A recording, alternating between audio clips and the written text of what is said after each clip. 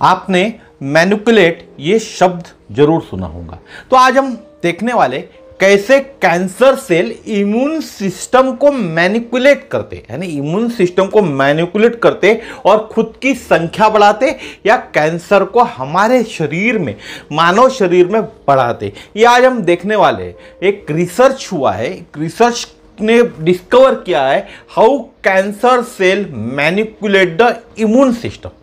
क्योंकि immune system को manipulate, यानी इम्यून सिस्टम खराब होने के कारण ही हमारे शरीर में कैंसर फैलता है। तो जिंदगी में बेशक हर मौके का फायदा उठाओ। जिंदगी में जितने भी मौके आपको मिलते ना, हर मौके का फायदा उठाओ, मगर किसी की हालत या मजबूरी का नहीं। ये जिंदगी आपको भगवान ने दी है, भगवान आपको मौके भी देगा। हर मौके का आपको फायदा उठाना चाहिए, लेकिन ऐसा मौका जो किसी की मजबूरी हो या किसी की हालत का फायदा उठा रहे हो, तो ऐसा फायदा आपको नहीं उठाना चाहिए। हमारे शरीर में भी ऐसा ही होता है। कैंसर सेल हमारे इम्यून सिस्टम का फायदा उठाते और खुद को ग्रो करते, उनको मैनिपुलेट करते और खुद को बढ़ाते, और मानव शरीर के अंदर में कैंसर विकसित होता है। नमस्कार दोस्तों, मेरा नाम है समीर शरद देशकर। मैं नागपुर शहर में रहता हूं और एटॉमी इंडिया में एज ए स्पेशल एजेंट करके कार्यरत हूं। वैसे तो मैंने आपको पहले बता दिया हम क्या देखने वाले आज, लेकिन फिर भी एक बता देता हूं आपको कि मानव शरीर के अंदर में इम्यून सिस्टम का बहुत महत्वपूर्ण रोल है। जो कैंसर सेल्स होते हैं वो भी इम्यून सेल्स को मैनिपुलेट करके हमारे शरीर के अंदर में खुद की संख्या बढ़ाते, डुप्लीकेट करते, ट्रिप्लीकेट करते, 4 टाइम करते, 6 बार करते, इस तरह संख्या वो हमारे शरीर के अंदर बढ़ाते। तो मैं कैसे काम करता है इसके ऊपर हिमोहिम, ये मैं आज आपको बताने वाला हूं। साथ ही साथ मैं एक पेंडुलम डाउजर हूं और आपके जो भी सवाल हो, मैं ये नहीं कहता कि सिर्फ हिमोहिम कितने डोज लेना चाहिए, यह सवाल नहीं हो सकता। बहुत सारे सवाल आपकी ज़िंदगी में होंगे, हर सवाल का जवाब मैं आपको दे सकता हूं हाँ या ना में। उसके लिए सिर्फ आपको एक फ़ोन करना पड़ेगा, फ़ोन घुमाना पड़ेगा और एक नॉमिनल फ़ी होती है, वो पे करने के बाद मैं आपके सवालों के जवाब दे सकता हूँ। साथ ही साथ जो कैंसर पेशेंट है जो आज का वीडियो देखेंगे, उनको समझ में आएगा कि हमारे शरीर के अंदर में इम्यूनिटी की ज़रूरत क्यों है और कितनी कितनी होती है, ये समझ आएंगे। तब उनको समझ में आएगा कि मुझे या आपको हिमोहिम को लेना होगा। तो फिर हिमोहिम की डोजेस कितनी लेना चाहिए? बॉक्स पे तो पर डे दो डोज लिया हुआ है, लेकिन कैंसर पेशेंट के लिए 2 सफिशिएंट नहीं है, वो नॉर्मल पेशेंट के लिए। तो कैंसर पेशेंट के लिए कितने डोज होने चाहिए, उसके लिए मैं आपको पेंडुलम के माध्यम से गाइड कर सकता हूं कि आपको पर डे कितने डोज हिमोहिम के लेने चाहिए आपके डॉक्टर के दवा के साथ। तो आप चलते हैं वीडियो की तरफ, और जिस किसी को भी अपना डोज फिक्स करना है या और कोई जानकारी लेना है, उसके लिए मुझे फ़ोन जरूर कीजिएगा। शरीर में कैंसर सेल्स को बढ़ने और रिप्लिकेट करने ने 2 के 4, 4 के 8, 8 के 16, इस तरह से डबल होते जाना। उनको प्रतिरक्षा प्रणाली को भेदना पड़ता है खुद को बढ़ाने के लिए, रिप्लिकेट करने के लिए। कैंसर सेल को हमारी जो प्रतिरक्षा प्रणाली होती है उसको भेदना पड़ता है, या बोले तो काबू पाना होता है। हमारे शरीर के अंदर में CD8 प्लस टी सेल्स, आपने नाम सुना होगा, जिसने भी हिमोहिम के बारे में पढ़ा है उसको टी सेल्स के बारे में तो डेफिनेटली जानकारी है। तो CD8 प्लस टी सेल जैसी प्रतिरक्षा कोशिकाओं को कैंसर सेल्स के मारने के लिए विकसित हुई है। ये जो CD8 प्लस टी सेल्स है, ये जो कोशिकाएं है, ये कैंसर सेल्स जो हमारे शरीर के अंदर होते हैं ना, उनको मारने के लिए ही विकसित हुई है। IDH एक मेटाबॉलिक एंजाइम है जो कैंसर सेल्स के अंदर होता है। किसके सेल्स के अंदर होता है? कैंसर सेल्स के अंदर होता है, जो आमतौर पर आइसोसिट्रेट को AKG में बदल देता है। जो आइसोसिट्रेट होता है ना, उसको AKG में बदल देता है। आइसोसिट्रेट क्या है, ये आप गूगल कर लीजिए। हालांकि कुछ कैंसर IDH में म्यूटेशन करते थे। ये IDH का जो मेटाबॉलिक एंजाइम है, क्योंकि कैंसर ये म्यूटेशन के कारण ही होता है, तो कुछ कैंसर सेल्स होते हैं जो इसमें म्यूटेशन करते, जिसके कारण कैंसर सेल्स के अंदर में तब्दील हो जाता है। ये म्यूटेशन उस सेल्स को कैंसर सेल्स में, यानी IDH को कैंसर सेल्स में तब्दील कर देते। उसके बाद कैंसर सेल मेटाबोलाइट बनाना शुरू करती है। क्या बनाना शुरू करती है? मेटाबोलाइट बनाना कैंसर सेल शुरू करती है, जिसे नाम है D-2HG, जिसे डॉक्टरी भाषा में बात करें या हम बात करें बॉटनिकल भाषा में, तो D.2Hg कहते हैं, जो नॉर्मली ह्यूमन बॉडी के अंदर में मिलता ही नहीं। हमारे शरीर के अंदर में वो चीज होती ही नहीं, और हम उसी चीज के ऊपर, जो हमारे शरीर के अंदर होती नहीं, उसी के ऊपर में हम अलग अलग इलाज करते। केमोथेरेपी हो गया, रेडियोथेरेपी हो गया, या टारगेटेड ट्रीटमेंट हो गया, इस तरह के ट्रीटमेंट हम करते हैं। लेकिन जो शरीर के अंदर है नहीं, उसके ऊपर किस तरह का ट्रीटमेंट होगा? क्योंकि उसको तो नष्ट करने के लिए उसी के समान, उससे ज्यादा ताकतवर सेल लगेगा जो उसको नष्ट कर सकता है। पिछले अध्ययन जो भी हुए थे, उनसे यह पता चला है कि D.2Hg कैंसर सेल्स के अंदर में एथिजेनेटिक क्या करता है? कैंसर सेल्स के अंदर में एथिजेनेटिक विकार पैदा करता है। ये D.2Hg जो होता है वो कैंसर सेल्स के अंदर में एथिजेनेटिक विकार पैदा करता है, जो कैंसर सेल्स को जीनोम में बदल देता है। आपने जीन का नाम सुना होगा, वैसे ही इसको जीनोम में बदल देता है। जीनोम यानी the entire set of DNA instruction found in cell. DNA क्या करता है, इसका एक वीडियो मेरे पास ऑलरेडी है, आप देख लेना। लेकिन एक DNA के जो इंस्ट्रक्शन होते हैं, जो एक सेल्स के अंदर होते हैं, उसमें यह तब्दील कर देता है, जीनोम में बदल देता है।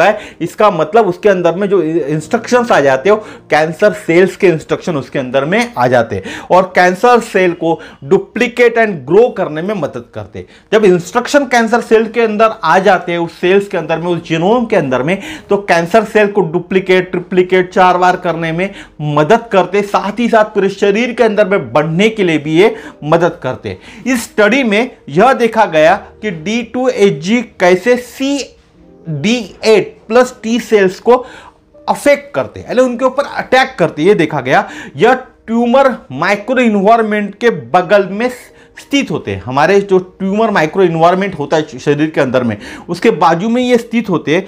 ट्यूमर माइक्रो इन्वायरमेंट यानी एक प्रकार का इकोसिस्टम होता है हमारे शरीर के अंदर में, जो ट्यूमर के सराउंड होता है। ट्यूमर जहां होता है उसके आजू बाजू में होता है, जिसमें immune cells, the extra cellular matrix, blood vessel and other sales भी उसी के अंदर में होते हैं। जो ट्यूमर है उसके बाजू में ये सब चीजें होती है। नॉर्मली टी सेल क्या करता है? टी सेल साइटोकिन्स और ग्रेन्जाइम मॉलिक्यूल्स रिलीज करता है। 2 तरह के जो मॉलिक्यूल्स है वो रिलीज करता है। ये मॉलिक्यूल्स कैंसर सेल्स या किसी भी तरह के जो हार्मफुल बैक्टीरिया, वायरसेस है, उनको डिस्ट्रॉय करने का काम करते हैं, जो कैंसर सेल्स को मारते हैं। मैंने आपको पहले ही बताया, साइटोकिन्स और ग्रेन्जाइम जो मॉलिक्यूल्स है कैंसर सेल्स को मारते हैं। इन्होंने स्टडी में पाया टी टेल इनको सेंस करती है, इन चीजों को टी सेल्स यानी ये कैंसर सेल्स को टी सेल्स क्या करती है? सेंस करती है और टेकअप करती है, और उनको पकड़ लेती है, मार देती है, टेकअप करती है।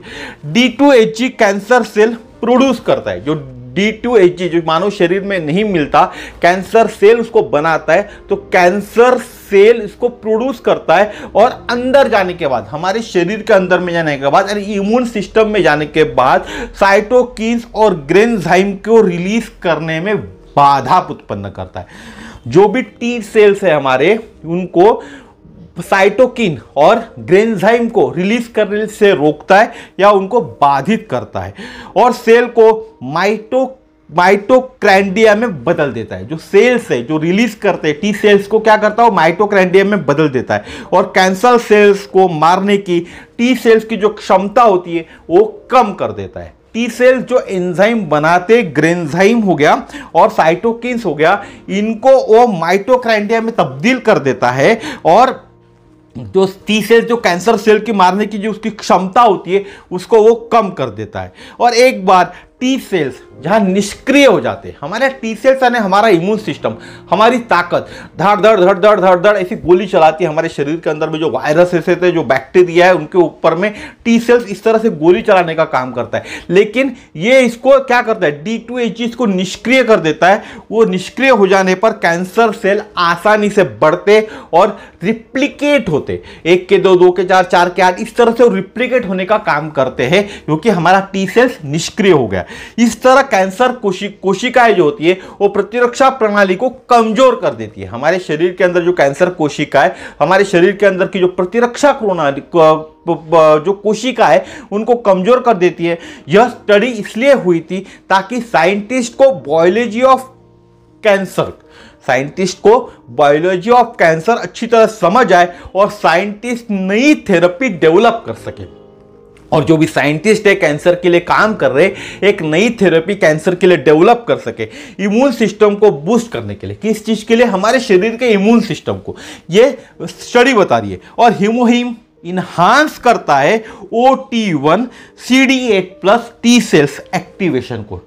हमारा हीमोहिम, हम बोलते हैं ना कैंसर पेशेंट को लेना चाहिए। क्यों लेना चाहिए? क्योंकि हीमोहिम टी सेल्स को जनरेट करता है, CD8 को भी जनरेट करता है। और आज आपको समझ में ही आ गया होगा क्यों हीमोहिम को एंटी कैंसर कहा जाता है। क्योंकि इस आज के वीडियो के अंदर मैंने बताया आपको कि टी सेल्स का काम है कैंसर सेल्स को मारना, और कैंसर सेल्स में एक तरह का एक डी क्या नाम है उसका, D2HG डेवलप हो जाता है, जो कैंसर सेल्स जो होते हैं वो हमारे इम्यून सिस्टम को यानी टी सेल्स को बाधित करने का काम करते, निष्क्रिय करने का काम करते। जब हम हीमोहिम लेंगे तो हमारे टी सेल इंक्रीज होंगे, शरीर के अंदर में टी सेल्स का डेवलपमेंट होगा, और जो कैंसर सेल्स को मारेगा वक्त जरूर लगेगा। ऐसा नहीं है आज से आपने हीमोहिम लेना चालू किया तो कल से ही आपके शरीर के अंदर में टी सेल डेवलप होना चालू होंगे। टाइम लगेगा, वक्त लगेगा। अच्छा, दूसरी बात, ये जो वीडियो मैंने बनाया ना, ये वीडियो मैंने अपने मन से नहीं बनाया। हार्वर्ड मेडिकल स्कूल ने ये रिसर्च किया हुआ है। हार्वर्ड के एक मेडिकल स्कूल से उन्होंने ये रिसर्च करके ये चीज बताई है। तो मुझे लगता है आज आप समझ ही गए होंगे कैंसर पेशेंट को हीमोहिम क्यों लेना चाहिए। हम जो चिल्ला कर बोलते हैं कि कैंसर पेशेंट को हीमोहिम लेना चाहिए, तो आज के वीडियो के दौरान या वीडियो देखकर आप समझ ही गए होंगे कैंसर पेशेंट को हीमोहिम क्यों लेना चाहिए और हमारे शरीर में टी सेल्स का क्या महत्व है, हमारे सेल में बी सेल टी सेल का जो जनरेशन होता है उसका क्या महत्व है, और कैंसर में किस तरह ये टी सेल्स काम करते हैं। हो सकता है किसी को हीमोहिम के ज्यादा पाउचेस भी लेने पड़ सकते, उसकी शरीर के ऊपर में डिपेंड है, उसके शरीर के अंदर में कैंसर कितना फैल चुका है। 2 पाउच नॉर्मल इंसान के लिए है, 2 पाउच यानी जो कैंसर पेशेंट है उसके लिए पर डे 2 पाउच हीमोहिम के नहीं बने हुए। हीमोहिम आपको आपके डॉक्टर के दवा के साथ ही लेना है, क्योंकि हीमोहिम कोई दवा नहीं है, लेकिन एक दवा की तरह हीमोहिम काम जरूर करता है। तो मुझे लगता है कैंसर पेशेंट को अगर कैंसर फ्री होना है तो हीमोहिम को अपनाना ही चाहिए। हर कैंसर पेशेंट अगर हीमोहिम अपनाए, और भगवान ने उसकी जिंदगी लिख के रखी हुई है और कुछ साल लंबी, तो कैंसर फ्री होने में उसको हीमोहिम मदद कर सकता है डॉक्टर के दवा के साथ। तो आज का वीडियो यहीं तक था। इस वीडियो को लाइक कीजिए, चैनल को सब्सक्राइब जरूर कीजिए, ताकि इसी तरह की नई नई जानकारी मैं आपके लिए हमेशा लेकर आ सकूं। और साथ ही साथ जिसको भी पेंडुलम डाउजिंग के थ्रू डोज फिक्स करना है, अपने सवालों के जवाब जानना है, तो मुझे फोन करें। डिस्क्रिप्शन बॉक्स में मेरा नंबर दिया हुआ है। धन्यवाद, नमस्कार, जय श्री राम।